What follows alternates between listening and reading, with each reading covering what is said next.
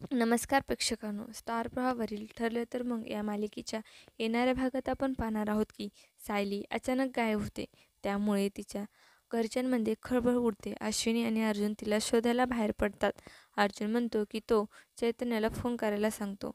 तेव्हा अश्विन त्याच्यासोबत जाण्याची तयारी दाखवतो, पण अर्जुन त्याला थांबवत म्हणतो की तू घरी राहा आणि सर्वांना धीर दे. सायलीला काही होणार नाही असं सांग.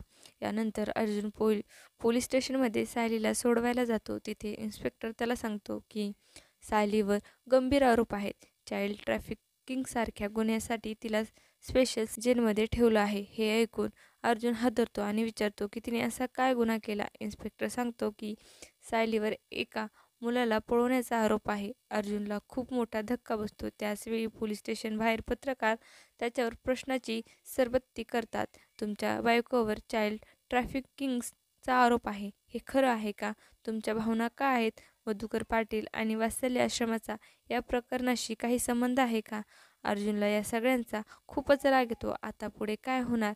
अर्जुन सायलीवर लावलेला आरोप खोटा असल्याचं सिद्ध करेल का? तिची निर्दोष सुटका करेल का? हे हे जाणून घेण्यासाठी पुढचे भाग नक्की पहा. तुम्हाला जर आपला व्हिडिओ आवडला असेल तर चॅनलला लाईक, शेअर आणि सबस्क्राईब करायला विसरू नका. धन्यवाद.